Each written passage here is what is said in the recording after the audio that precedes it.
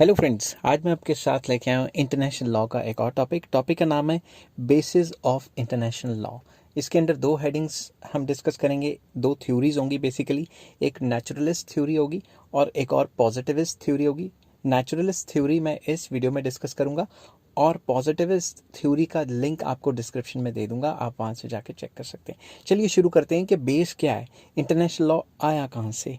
International law is the law, but the question arises as to what are the basis of international law।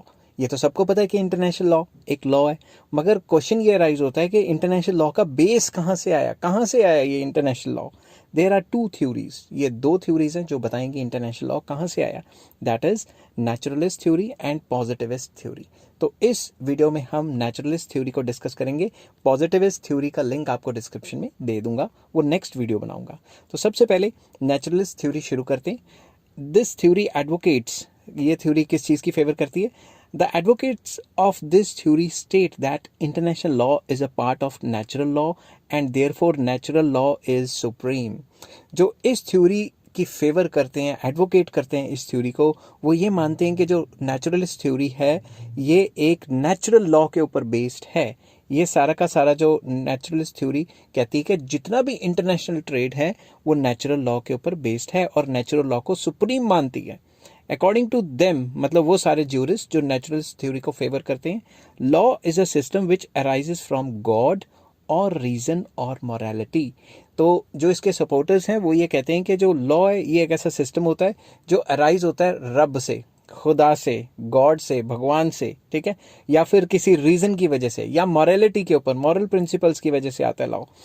The same is the basis of international laws. तो ये कहते हैं जैसे laws का base है God, reason और morality, वैसे ही जो इंटरनेशनल लॉज हैं उनका भी यही बेस है।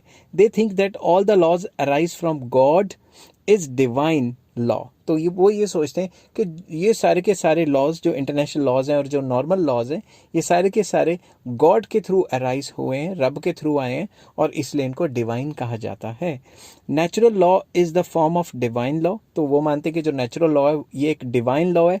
The main advocates of this theory are Vattel, Pufendorf, Grotius, तो प्रोनाउंसिएशन में थोड़ा अलग अलग हो सकती है, Grotius, Augustine and Victoria are the main exponents of this theory, मतलब जो इसको फेवर करते थे, ठीक है।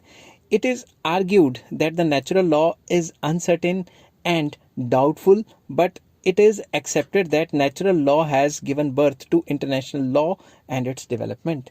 कुछ लोग ये मानते हैं कि ये जो नेचुरल लॉ है ये थोड़ा अनसर्टेन है, डाउटफुल है, कहाँ क्या है, कोडिफिकेशन प्रॉपर भी नहीं हुई पड़ी इसकी, अब तो हुई पड़ी है, ये पुराने ज़माने की बात है।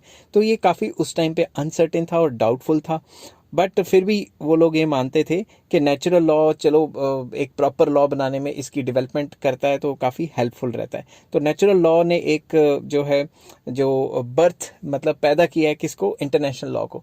तो सबसे पहले अब आप खुद सोचो, जो बुराई करने वाले उनको कोई ना कोई पॉइंट तो चाहिए। तो बुराई करने वालों ने कहा कि भाई ये सारा का सारा इंटरनेशनल लॉ नेचुरल लॉ पे बेस्ड है और नेचुरल लॉ का कोई अता पता नहीं है, नेचुरल लॉ तो कोडिफाइड नहीं है, नेचुरल लॉ हर एक जगह थोड़ा सा मतलब वेरी कर सकता है, समझ गए ना बात। तो इसीलिए इसको इतना अच्छे तरीके से सीरियसली नहीं लेना चाहिए। बट कुछ लोग कहते हैं कि चलो नेचुरल लॉ के ऊपर बेस्ड है, इंटरनेशनल लॉ बेस्ड तो है ना, ठीक है ना। In the initial stages of international law has been based on natural law. शुरुआत में तो पूरा का पूरा इंटरनेशनल लॉ नेचुरल लॉ पे ही बेस्ड था। Most of its bylaws are framed from natural laws. तो शुरू में तो इसका जो बेस था वो नेचुरल लॉ ही था, बाद में काफ़ी कोडिफिकेशन होगी, जैसे जैसे सिचुएशन डेवलप होती रही वैसे वैसे नए नए जो हैं लॉज आते रहे। तो आई होप ये जो थ्योरी थी आपको, नेचुरलिस्ट थ्योरी जो कहती थी कि इंटरनेशनल लॉ नेचुरल लॉ का पार्ट है, ये आपको समझ आई होगी और पसंद भी आई होगी।